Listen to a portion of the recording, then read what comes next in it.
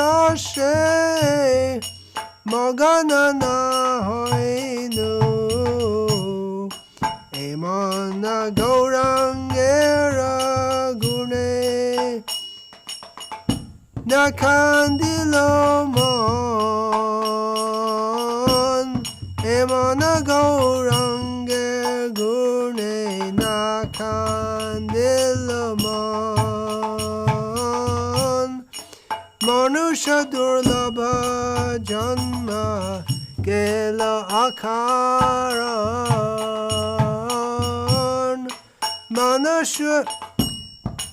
মনুষ্য দুর্লভ জন্ম গেল অকারণ কেন বা অক্ষয়ে প্রাণ কি শুক্ল কেন বা অক্ষয়ে প্রাণ কি সুখ পাইয়া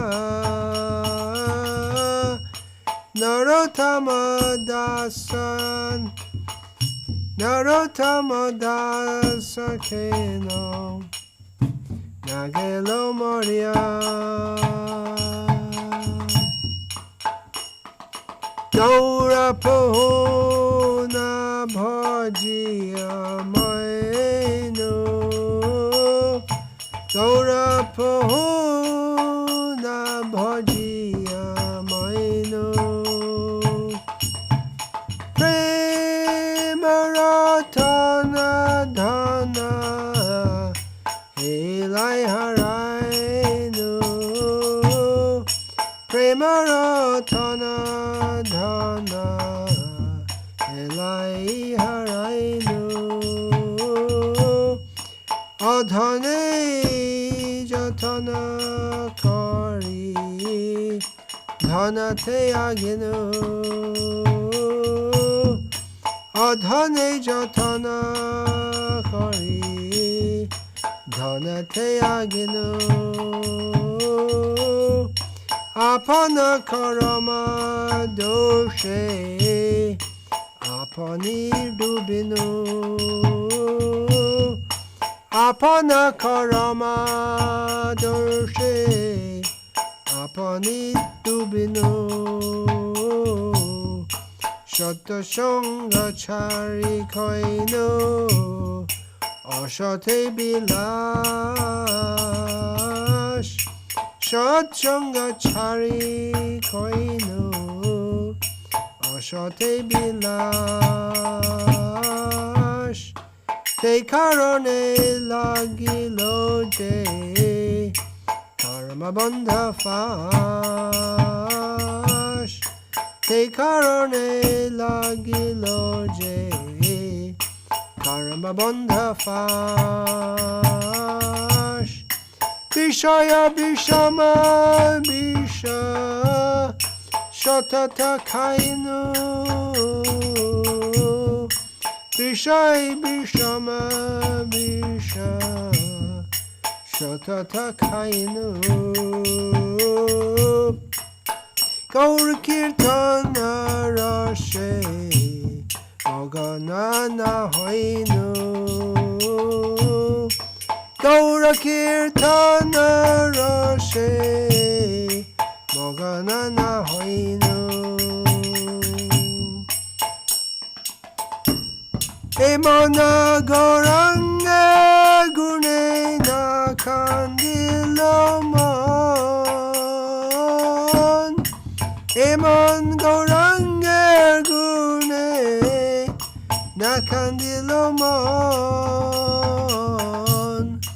মনুষ্য দুর্লভ জন্ম গেল অকারণ মনুষ্য দুর্লভ জন্ম গেল অকারণ কেন বা আছয়ে প্রাণ কি সুখ পাইয়া কেন বা আছয়ে প্রাণ কি সুখ পাইয়া নরোত্তম দাস কেন Nagelo Moria Narottama Dasha Keno Nagelo Moria Hare Krishna Krishna Krishna Hare Hare Hare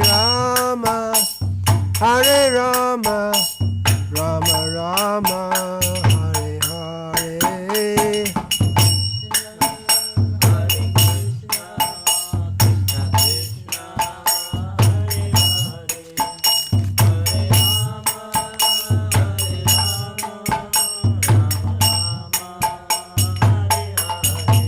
Hare Krishna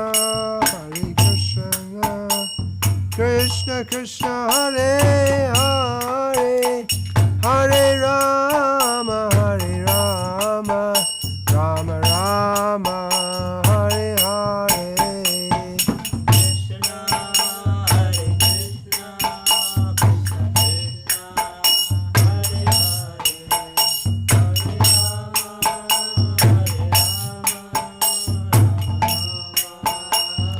Hare Krishna Hare Krishna Krishna Krishna Hare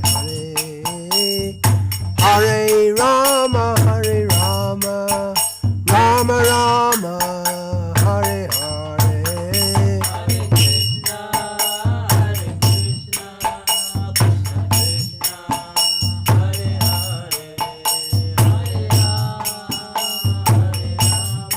Hare Rama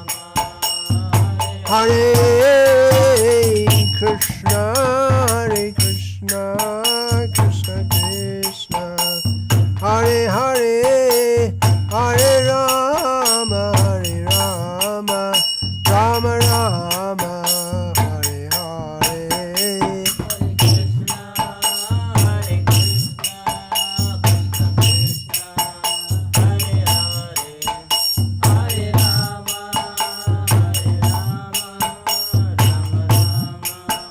Hare Hare Hare Gaur Premanande Hare Bol. Although actually this song is more like Gaur Keda. Is that is the sound? It's right, huh? Okay. All right, I'll just give a translation of this song. Srila Narottam Das Thakur, one of his sad songs, which is blissful, but this is in a mood of khed, of regret. He's singing Gaura, not Gaura, Gaura. Gaura, Gaura. The Lord, Gaura, Chaitanya Mahaprabhu. Not worshipping him, I have died. It gives the idea that I've spent my whole life without worshipping him. Then I died. Who could worship Chaitanya Mahaprabhu better than Narottam Das? Fully engaged in spreading Krishna consciousness and fully engaged in internal worship of Chaitanya Mahaprabhu. But this is his prem, humility of prem. He feels, I wasted my life. That the great treasure, the jewel of Krishna, prem, neglecting it, I lost it. I have been very busy in things which are not my real treasure, and my actual treasure, I've given it up. Therefore, as a result of my own bad activities, due to the fault of that, I've drowned myself. Drown myself means in the ocean of material existence. Giving up the association of devotees, I have enjoyed, so-called enjoyed, in bad ways, as a result of which now the noose I'm now tied with the noose of karmic action and results. I've continuously, always drunk the terrible poison of material enjoyment and not been absorbed in the transcendental mellows of glorifying Gauranga. That such a great personality as Gauranga, my mind didn't cry upon considering them. Therefore, my rare human birth has gone away, passed away, uselessly, meaninglessly. Why am I alive at all? What happiness am I getting? Narottam Das says, why didn't I just die?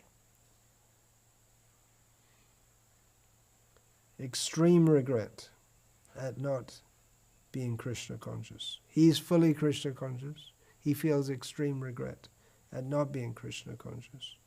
And we are just dabbling in Krishna consciousness and feeling quite happy at our undeveloped stage. Hare Krishna. Om Ajnana Timirandhasya Jnananjana Shalakaya Chakshurin Militam Yena Tasmai Shri Guruve Namaha. Om Ajnana Timirandhasya Jnananjana Shalakaya Chakshurin Militam Yena Tasmai Shri Guruve Namaha. Nama Shreshtam Manum Api Shachiputram Atra Swarupam Rupam Tasyagrajamurupurim Maturim Goshtamatim Radha Kundam Girivaramaho Radhika Madhava Sham Prapto Yasya Pratita Kripaya Shri Gurum Tapatos. Vandeham Shri Guru Shri Ataf Padakamalam Shri Gurun Vaishnavangscha Shri Rupam Sagrajatam Sahagarna Raghunatan Vitam Tam Sajivam Sadvaitam Savadhutam Parijana Sahitam Krishna Chaitanya Devam Shri Radha Krishna Padan Sahagarna Lalita Shri Vishaka. Hare Krishna, Krishna Krishna, Hare Hare, Hare Rama, Rama Rama, Hare Hare. For the talk this evening, I am mostly going to read from emails that I received from a doctor in Croatia. A lot of what I'm going to read is not directly connected with the philosophy of Krishna consciousness. It's the impressions of a doctor about the COVID reality that he faces. I'm reading this because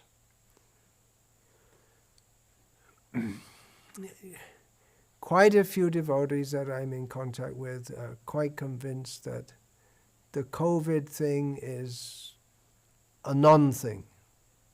It's all dreamed up, and there's no such thing, and it's just been made for controlling people.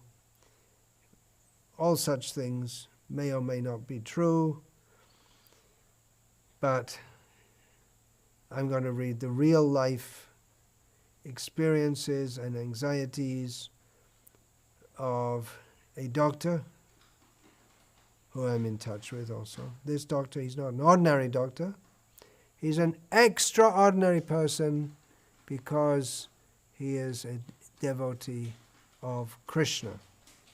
We're talking about Marian Bilic from Croatia, Murari Gupta Prabhu, who I first met over 20 years ago when he and his wife were medical students. They are now both senior doctors in rural Croatia. They chose to live in rural Croatia rather than in the city because from their student life they've been devotees of Krishna, and they wanted to raise their family in a rural situation, considering that more conducive for Krishna consciousness. If they'd have been materially ambitious, they could have emigrated to America and done more study and made lots of money, but they are spiritually ambitious. Their spiritual ambition has always been to serve the Vaishnavas. That is the crux of their life. Now they're in the middle of the COVID pandemic. So I'll get into this. I've given a few talks on the COVID situation, how we should see it through the eye of Shastra. Our spiritual guide, the spiritual guide of the whole universe, Jagat Guru, Srila Prabhupada, he gave us the eyes whereby we can see all situations, individual, social, national, international, through the eye of reality, through the eye of eternity, through the eye of infinity, through the eye of knowledge, through the eyes of Krishna, given by Krishna. So I've been addressing issues concerning a matter of great concern for the world, the COVID issue, whether you believe that there is such a thing as this pandemic, whether you believe it's a CIA plot or a Chinese plot or whatever you believe, it's pretty much undeniable that on this tiny little planet that we live on, it's a major phenomenon at the present time. So I've been speaking on that, trying to shed some light on that from the transcendental spiritual point of view.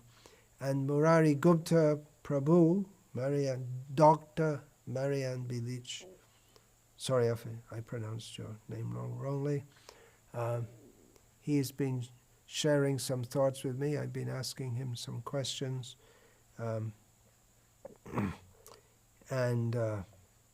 Okay, let's get into it. As he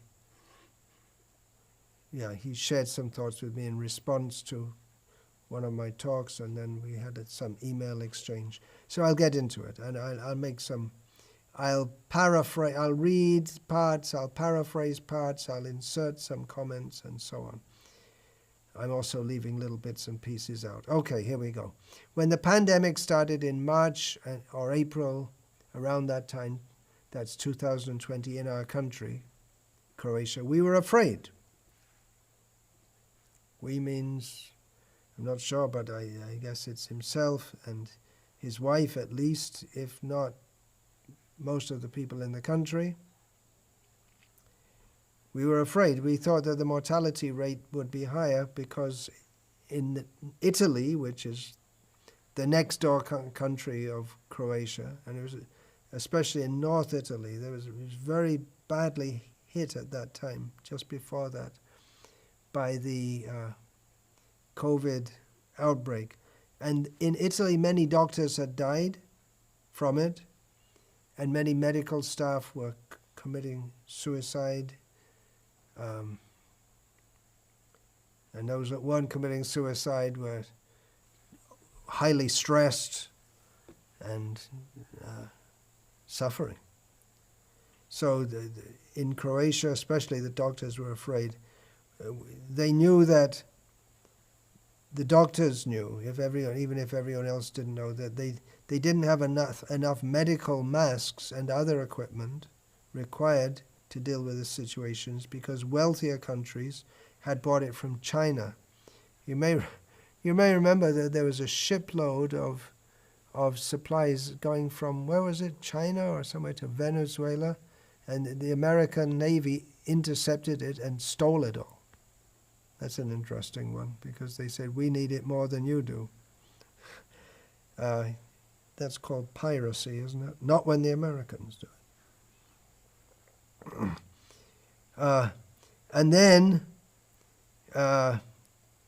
more frustration for the doctors. The politicians were publicly claiming that we have enough equipment, we're well equipped, we're fully equipped, because they don't want to say, hey, look, we're not in the slightest bit prepared. They don't want to say, as politicians, that you voted us in, but we're completely unprepared for this.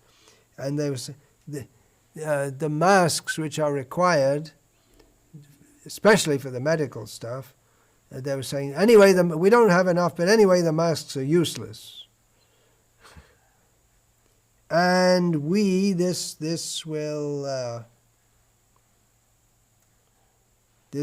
we here refers to Murari Gupta Prabhu and his wife. We were thinking what would happen with our children, who are both just young teenagers. And they were thinking what will happen, especially if we die. The teenagers weren't expected to die, but it was quite possible the doctors would.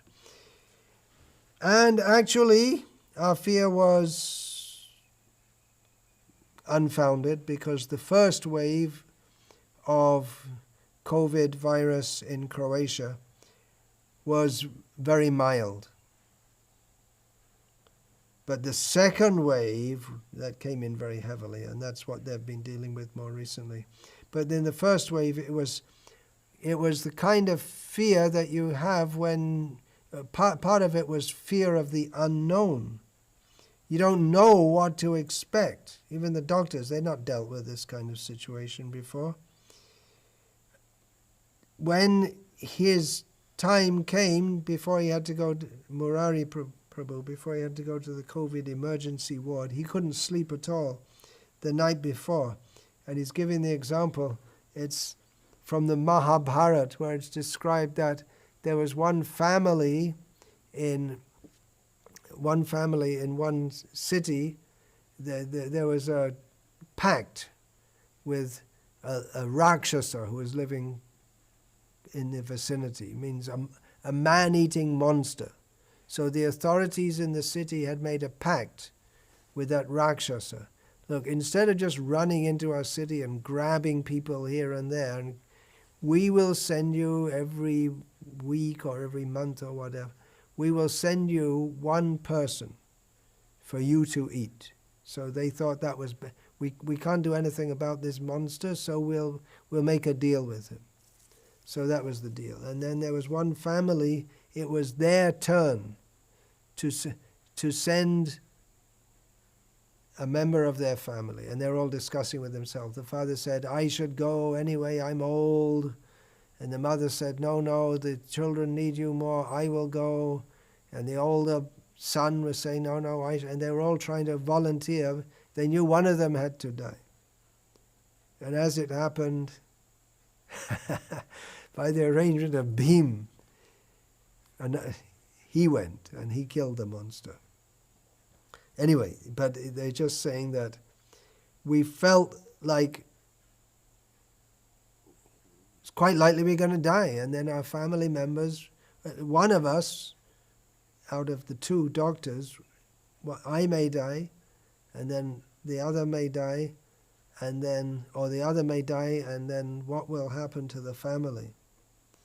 I couldn't chant Hare Krishna that night. I couldn't read the books. I just couldn't sleep.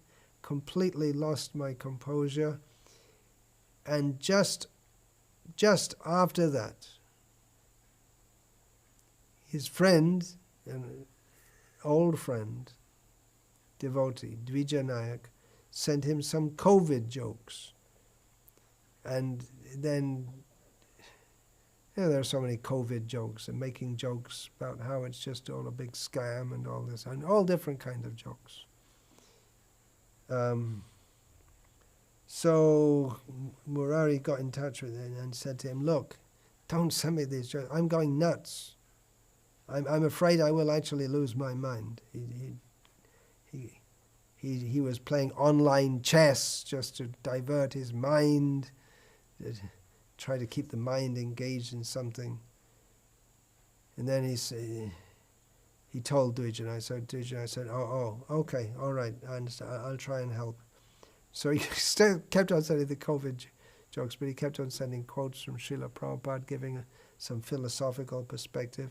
And we started to talk, Murari said, we started to talk among ourselves about the spiritual philosophy of Srimad Bhagavatam. And then he actually started, and then Murari said, I started to read and actually study the Bhagavatam, the very deep teachings, the ancient teachings of which describe our eternal spiritual relationship with Krishna.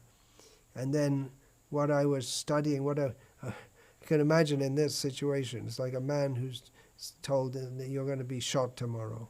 And then how are you going to read scripture at that time? And then Murari said I was sharing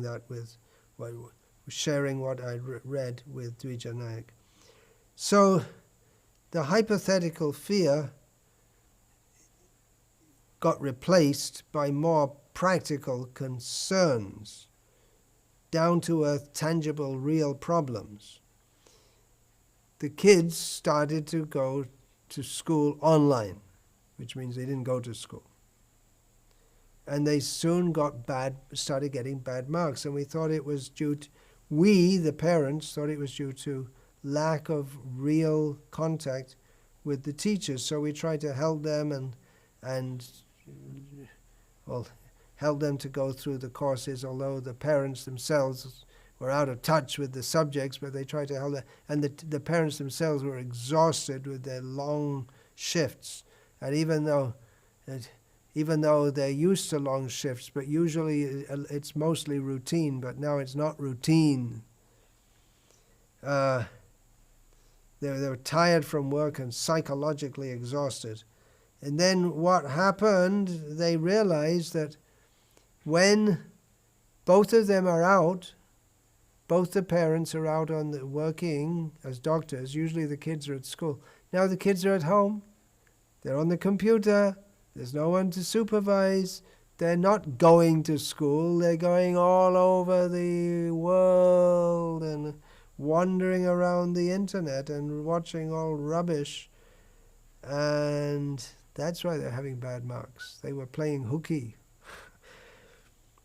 And they were also, Murari and his good wife, they were also very deeply hurt to understand that their main service, they work all year long, and then their holiday period, they host without any cost. They spend their money, they put their time, their energy to host festivals in their country area and invite so many Vaishnavas, and that's their pleasure in life.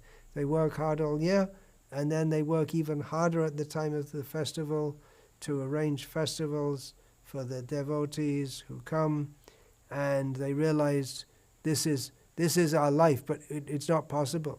We won't be able to have it due to the restrictions, due to the pandemic. And soon they start thinking, well, our Hare Krishna explosion has become a Hare Krishna implosion. Instead of the Hare Krishna people going out in the streets, chanting, selling books, everyone's at home. But at least they're studying and this and that. But many people, I don't think devotees so much, because they have something to occupy their mind very well to bring them up to a higher level. But many people, due to being locked down at home, they lost their mental equilibrium. Sundari, the wife of Murari, she was always in good conscience, as usual. She's a rock. She just nothing's going to get her down. She's just always fully absorbed in all her life in working hard for Krishna, for the Vaishnavas. So what did she do? Although she'd never done it before, she brought a harmonium to work. Work means to the clinic or hospital or whatever. And she quoted from Bhagavad Gita that Sukhina Kshatriya Partha Labante Yudham Idrisham, that the Kshatriyas, the fighters, are very happy to get an opportunity to fight. So this is a great opportunity to share our Krishna consciousness with others, because everyone's so frazzled and frightened. So now if I go and chant Hare Krishna, they'll hopefully appreciate, which they did. Her colleagues in the medical staff. Colleagues means they're mostly all, I think they're all under her. Like I say, they're senior doctors now. Then, in response to my question that are you, Murari, and other medical staff overworked, the reply is yes, but it depends where we're working. The medical staff in general are overworked, but himself, due to being a GP, general practitioner, he's in a somewhat better position. But in the hospitals, the doctors in the hospital, he's a village doctor, Murari, and now he's in, as far as I remember, he's in Ogulin, a local town, small country town. But in the hospitals, the doctors in the hospitals, they're very much overburdened, especially during the second wave, which has been very, very serious. Gynecology wards, surgical wards are all transformed into COVID wards due to the constant influx of COVID patients. At the peak of the second wave, which was just a month ago, he wrote this to me about a week ago, we had 4,500 new cases in the country daily. And these are just the cases which are discovered and recorded. On one recorded case usually comes around 5 patients who are asymptomatic and just not known about, but they can be spreading it also. Putting that into perspective for me, I'm living in India. India has 360 times a larger population than Croatia. That would be for India 1.5 million recorded new COVID cases daily. And 10% of these recorded cases would come daily into the hospital in severe condition. The hospitals were overcrowded and didn't have enough anesthesiologists who are required for this kind of patient, and not enough anesthesiologists, and probably not enough equipment or anything. So what happened is that other doctors were called in to work on the COVID wards, and then he says you can imagine what happens.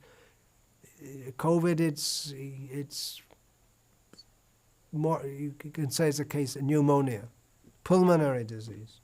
So you have a dermatologist working in the pulmonary department, and he doesn't really know. Well, he's a doctor, he's a specialist, but it's not his field. He doesn't really know what he's doing. You can just imagine someone is something like a civil engineer. He knows how to build roads, and say,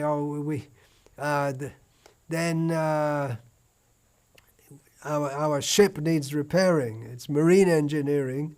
We need an engineer, and they call in someone who's expert at building roads. He doesn't know anything about repairing ships, but you have to send the so it's chaotic, to say the least.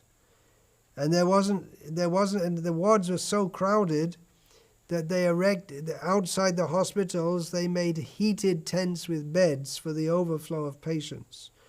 And in the middle of all this mess, the politicians, what made it worse is the politicians come on TV and say, everything's under control, don't worry. And the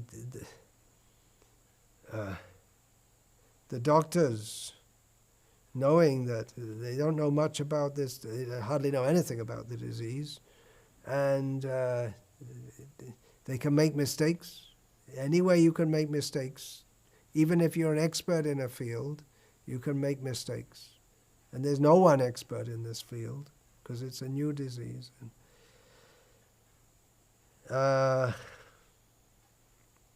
I asked him about the feeling in the medical community in Croatia, and had any died. And he replied that those who are on the COVID wards, especially, as you can imagine, they were stressed and frustrated, and that's the general feeling in the medical community. From one side, the lack of limited resources. You want to help the patients, but you may not have the knowledge, or even if you have the knowledge, you don't have the facilities and the equipment. There's no specific remedy for the virus. We don't know much about it. We don't know why in one patient may have it and practically nothing happens, or very mild symptoms. Someone else, the body is ravaged and damaged, even if they're cured, and someone else just dies. It's just like, for instance, the doctors, they've seen many people die, doctors, medical staff, but usually you know how it's going on, and then you can help the patients through it. Just like with cancer, someone is dying, the body is slowly turning off, person often becomes lethargic and withdrawn. If there's pain, as in cancer, there's pain, you can give painkiller, can help to some extent, it can be such severe. But here you have to watch a person in full consciousness, and his level of blood oxygen is decreasing rapidly, and you give them oxygen through pipes with the ventilated, concentrated oxygen, and you see them fighting, but they're losing the battle, gasping for air, skin becoming blue, because the oxygen's going in but it's not getting absorbed. And you're in the midst of around 100 patients, and one of them is going down right now, and everyone else is seeing, and they're in full consciousness, and they're holding your hand and begging you to help. And it's not surprising. He says that some of the medical staff committed suicide. In Croatia, there's only been one case like that, but in Italy and the United Kingdom, many more such cases. The flow of oxygen in our pipes, in the pipes in our hospital, was so high. They had around 200 patients, and they needed 80,000 liters of oxygen every hour. The pipes exploded, and then you're really in a mess. How many medical pipe repair experts do you have on hand? Frustration from doctors was not just because of all this. There are even more reasons. We're living in a parallel world, a parallel reality. We're cut off from. On the one hand, we're right there in the midst of the most painful, physically and mentally painful thing going on in the world. On the other hand, we're cut off from the rest of the world because no one wants to have anything to do with doctors if the people are not sick, and the doctors themselves feel a responsibility not to mix with the public outside of their professional sphere. And Murari says that his own mother is under chemotherapy, and in the last year I only visited her once, because he's aware that we can bring the virus and kill others by spreading the virus. If the general population just say has a chance, say 5% to catch the virus, then the doctors are more like in the 50% situation. So even before all the restrictions were imposed, when in the first wave, when it was very mild, he personally restricted himself from, even though he would be allowed in his spare time to mix with others, he didn't, and even didn't mix with devotees, didn't go to Sunday feasts, and so on. And in the meantime, another cause of frustration in the midst of all this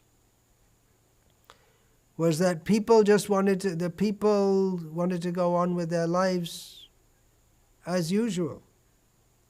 Mostly the younger people, that's common for young people. You think, I'm strong, I'm healthy, nothing can go wrong.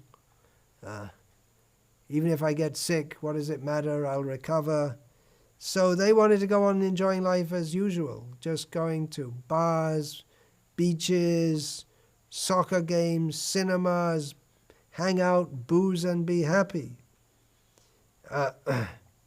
Their idea was, well, even if there is a problem, let's drink and we'll forget, drown your sorrows.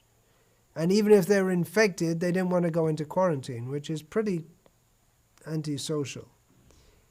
They didn't care for others, or the possibility they could infect. I'm young, I'll survive, but they may infect someone who doesn't survive. But it was widespread, this syndrome of selfishness, Murari is saying, in Croatia, maybe in other countries also. They didn't care for their elders, who are more likely to die if they get, or be severely affected if they get the virus, nor for the overburdened doctors. And they'd go to parties, and then later, if it became known that an infected person had been to a party, then the government would want to quarantine everyone. So what would happen is, the people, if they found out that young people had been to a party, or younger or maybe older, been to a party, and then they found out that someone at the party, someone had been detected with the disease, with the virus, and then they found out he'd been at a party. So before they could clamp down on everyone else, the healthy participants would call in and make an appointment to get tested so they could get cleared ahead of the people who were actually infected. They were trying to avoid the quarantine if they get clearance. My wife, Murari said to one decent Christian family, they would have to go into. She said to one woman that she'd have to go into quarantine, and the woman her patient was dead set against it. And Murari's wife said, "Hey, come on, it's good. You're having a 10-day break. It's like you can take it like a vacation. The government's going to go on paying you. You can spend time with your family." And she said, she got a reply, don't say that. If I have to stay in a flat for 10 days with my husband and kids, we'll kill each other. And she wasn't joking. She wasn't joking.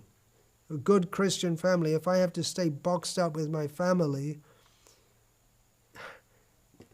and after a few days, she sent someone to get from her family doctor, namely Sundari Senka, Dr. Senka, a medicine called apaurin, which is an anxiolytic, which I should have looked up before I came here, but it probably, by the name of it, it probably means something that suppresses the symptoms of anxiety. Another cause of frustration for the medical staff. They were fed up with democracy. In China, there's a monarchy or a dictatorship or whatever you want to call it, in which the leader says, social distancing, wear masks. This town, the whole town will have to go into a lockdown for such and such a period as a result of this forceful control of the population. There's no COVID. Whereas, Murari says, in democracy, every Tom, Dick, and Harry can say something about COVID, especially if he's a politician or a footballer or a famous film star, and then you have to make a demonstration We have to have movies about the COVID conspiracy, telling us that the masks are harmful, the virus doesn't exist.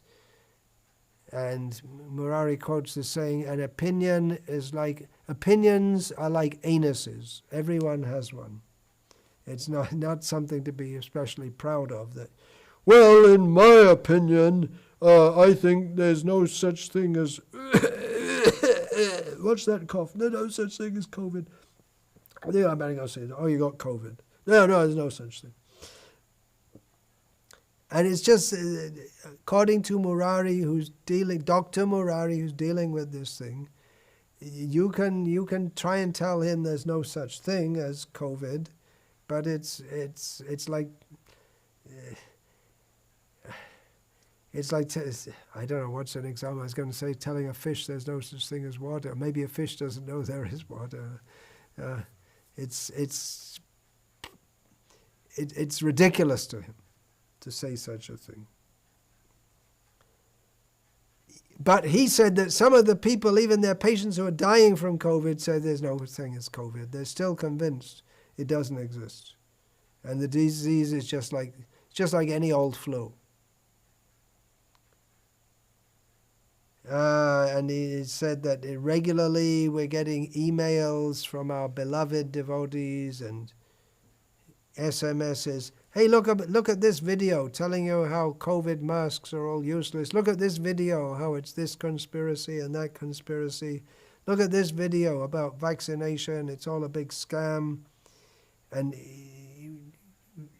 so Murari said, we didn't reply to any of these. We don't want to discuss it. Because we have a nice relationship with these devotees, but we feel if we just try to point out to them, actually, this is the situation as we see it, as doctors, right in the heart of it. They have the feeling that people have such strong feelings about this that even long-time friendships can be broken because the people who are convinced that there's no such thing as COVID or that it's a big scam, it's overblown, that they won't agree. They're trying to enlighten us for our benefit. And we don't have time for that, you're saying. And it's just like, he gave the example of myself when I was lying down most of last year and I was saying, hey, look, I was lying down due to some medical condition, and the first thing I'd say is, please don't send me your medical advice. Because everyone has medical advice. So every doctor's, every devotee knows everything about every disease, and they can give proper advice, it seems. And I'm not the only one among those who give recorded talks. I have this condition, please don't send me medical advice, because you have so many people sending medical advice. As if everyone knows they've got the magic wand which will cure everything, and so on. They won't. Anyway, getting to a bit of... Let's get to the spiritual side now, just painting the black picture. And... it's not me, it's Dr. Murari saying it is a pretty black or bleak picture which he's seeing. His realizations. I'd asked him about some realizations because we're supposed to see everything in a spiritual light, in seeing in the eye of eternity. Everything in this world is temporary. This world is full of suffering. COVID or no COVID, the world is full of suffering. COVID is a particular manifestation of this suffering. So I asked Murari, so what are your realizations? He's been practicing Krishna consciousness for over 20 years, quite a bit over 20 years, and been studying, chanting, serving Krishna, serving the devotees. And what are your realizations in this present situation based on your years of absorption in Krishna consciousness? So he wrote that if one reads Srila Prabhupada's books with intelligence and understanding, he will find everything there. in this really messy situation, one has to remember what are the important things in his life, and that is Krishna and the devotees. After all, Arjuna was in a messy situation, and Krishna taught us through Arjuna. Arjuna was in a real life crisis, and Krishna taught the Bhagavad Gita to him in that situation. Murari Gupta writes, I am not an exalted devotee. As your guru, I have to correct you on that. You're wrong. You are an exalted devotee.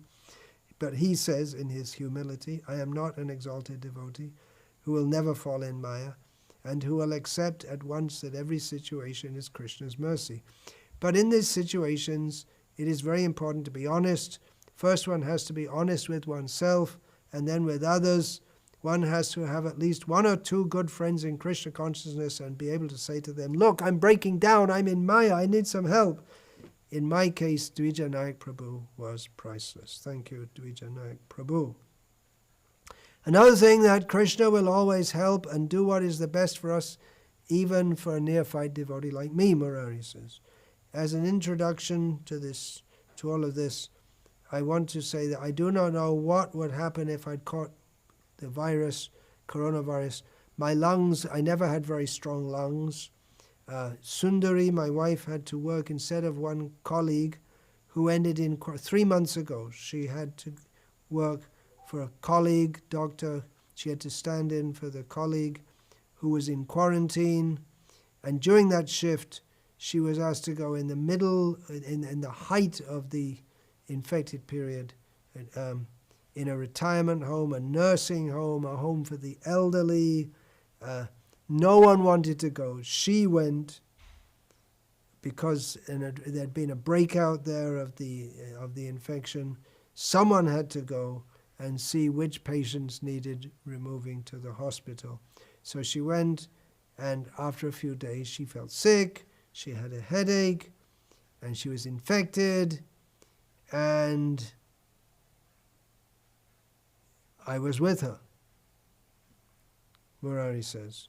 And it was time, just at that time, it was when some work needed, because apart from being doctors, they live in the country, remember I told you, and they have quite a bit of land, and especially Sundari, always busy working. She works on her shift, she looks after her family, she cooks for her family.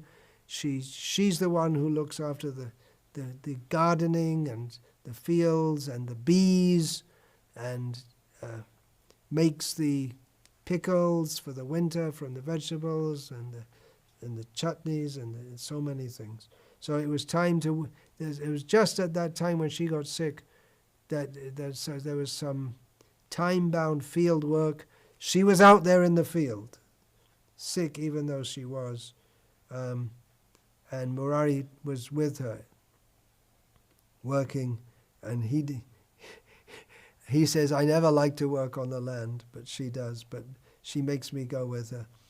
But I was with her, and it wasn't, she just thought she had a headache or something, and then she realized, oh, by the symptoms I must have COVID. She didn't get it so badly, but then they stayed in separate houses because they live in a village, and the villages in Croatia, as in much of Europe, are depopulated, so they were able to stay in separate houses during the time when she was sick and for some time after that. And by Krishna's grace, none of the members of the family, that means he and the two kids, they didn't get infected. Then he comments about how my talk, and I was saying that we have to see all worldly problems from the transcendental point of view. After the COVID problem, as I'd said, another one will come, because this is what the world is meant for rectifying us, rebellious souls, rebelling against Krishna. And he's saying it just at the moment when he's writing this, there's a series of strong earthquakes in a small town near Zagreb, the capital, and the whole town is destroyed. So COVID is one thing, and then one whole town is destroyed. We should tell people. He's agreeing with me that we should tell people that this situation is, one major cause of it is the way we live and treat with animals. We eat meat and intimately mingle with animals. Recently, Murari says, I wrote to one famous doctor epidemiologist that we as human beings in the West excessively mingle with animals. We eat billions of them yearly, if you include all the chicken and fish. We live with dogs in the same apartments. We lick our fingers. Look at our hygiene. We lick our fingers while cooking. We lick them while we're turning the pages in the office. We don't wash. We just rub some paper. Of course, our devotees are trained up. The general standard is just to rub the backside after evacuating. Why don't you tell people about having better hygiene and stop eating meat? He didn't answer. The epidemiologist didn't answer. Another point, the pharmaceutical industry, like other industries, they're just after they're blissful that we got the chance. They'll give injections. It's like a mosquito puts the proboscis in and sucks out the blood. So it's a reverse the vaccination is like a reverse. It's an injection, the mosquito is like an outjection, but the outjection is your money. They want to take your money. And if there's some governments are paying for it, but the pharmaceutical companies are making a big killing from this. Someone wrote to him and said, well, everyone should have a free choice regarding vaccine, but it's like gambling. If you get vaccinated, there may be so many bad side effects which we don't know about. But if we don't take it, then we're more liable to get the disease and suffer severely or die.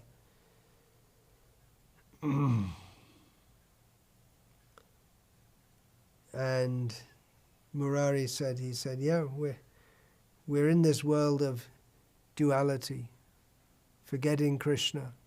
So this is the kind of situation we're put into, where we have. It's a risky situation, and we're always losing because we always choose to forget Krishna. Commenting on one devotee was saying that, well, these pharmaceutical companies and the governments, by making mass vaccination, they're making us into mass guinea pigs, with many potential dangers and unexpected consequences. And Murari's reply is, yeah, well, this all happened because of guinea pigs, or because of our mistreatment of animals. Now we've become like guinea pigs. And he reads, Murari quotes from Srila Prabhupada's commentary on Srimad Bhagavatam, Canto 7, Chapter 15, Text 24. People do not know that because of killing innocent animals, they themselves will have to suffer severe reactions from material nature. Any country where people indulge in unnecessary killing of animals will have to suffer from wars and pestilence imposed by material nature. Comparing one's own suffering to the suffering of others, therefore, one should be kind to all living entities. You get that point? Atmopam yena sarvacha samam pashyati yojana sukham va vadiya dukam sayogi paramo mataha. This is Srila Prabhupada here is paraphrasing from Bhagavad Gita, in which Krishna says the best yogi is the one who can what? Put his leg up behind his neck? No. The one who sees that I'm suffering in this world, others also suffer, so I shouldn't mistreat others. So, going on with the quote from the Bhagavatam purport, one cannot avoid the sufferings inflicted by providence, and therefore when suffering comes, one should fully absorb oneself in chanting the Hare Krishna mantra. There you go. What should you do during the COVID pandemic? Chant Hare Krishna. And what should you do when there's not a pandemic? Chant Hare Krishna. So Murari says that humans think we're some very special species, and it's our prerogative to use animals for our purposes. This, if we're to be honest, this comes from the Bible, or maybe a misunderstanding of the Bible. We're very early in the Bible. In Genesis states that God gave man dominion over all the creatures, which people interpret to mean, has been traditionally interpreted to mean, and has been a basic principle of Western civilization, even after the so-called Enlightenment, when people gave up faith in the Bible, many people, and it's going on.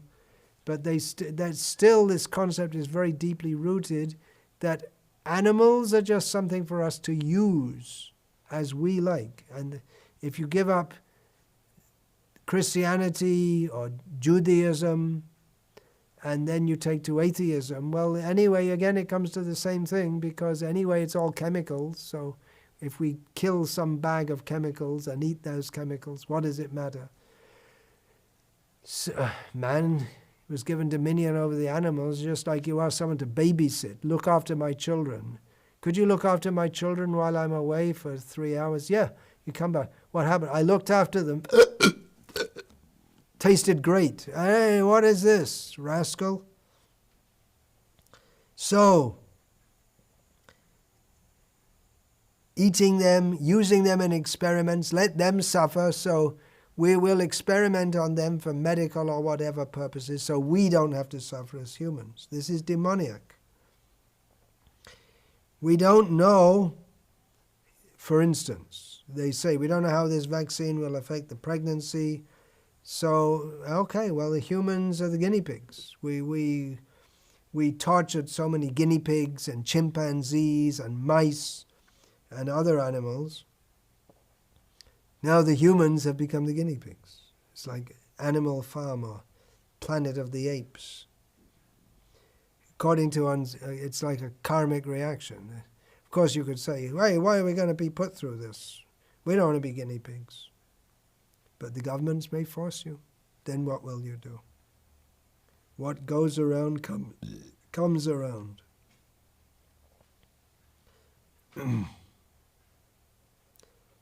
And he gives his thought, Murray gives his thought, that it's best not to publicly come out pro-vaccine or anti-vaccine or any such thing. Highly charged issues. It's highly charged issues. So what happens, for instance, Murray gives the theoretical scenario. What if, okay, a guru in the Hare Krishna movement advises you should take the vaccine. So you take the vaccine and you get some terrible side effect. Then what will you think? Or what if he advised you don't take the vaccine, and you don't take the vaccine, and you get coronavirus, and you get some terrible, lifelong, health-damaging issue, or you die? You don't know. Either way, it's a minefield. So then you could say, well, just let people decide for themselves. How can you advise?